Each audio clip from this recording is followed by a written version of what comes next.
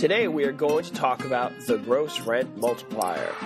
Okay, don't get so excited just yet.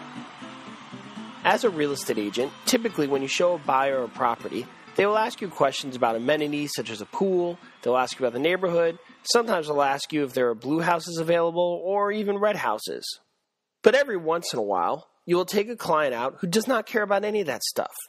They care about renting the property. They care about the money. But without all those features, such as pools and amenities and a color of a house, all the properties look the same now. Because what your client cares about is the numbers. So you look at the numbers. You look at the price of the properties, and then you look at the rent amounts for each property.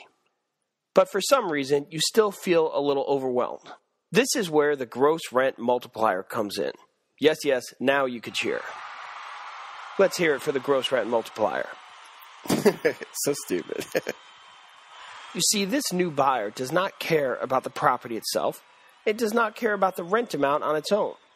What they care about is how the price of the property relates to the rent amount. And that number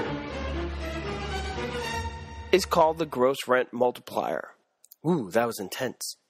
The gross rent multiplier is very simply price divided by rent. The gross rent multiplier can be calculated in annual terms and monthly terms. The annual term is a little more common, so let's first look at that. Let's say you have a property that's worth $100,000, and it brings in $10,000 in rent over the year.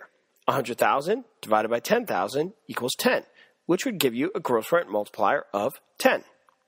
If that $100,000 property brought in $20,000 a year in rent, it would have a gross rent multiplier of 5, and that would also be awesome. If that $100,000 property brought in $5,000 in annual rent, then you'd have a gross rent multiplier of 20, and that would not be so awesome. The monthly equation follows the same principle, price divided by rent. However, your result is going to be a little different. For example, if you have a $100,000 property that brings in $1,000 a month, then you'd have a monthly gross rent multiplier of 100.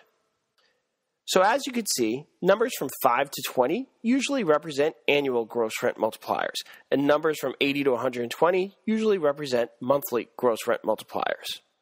What if on your exam they give you a property that's $100,000, they give you a monthly rent amount of $1,000, but they ask you for the annual gross rent multiplier? Don't stress, no problem.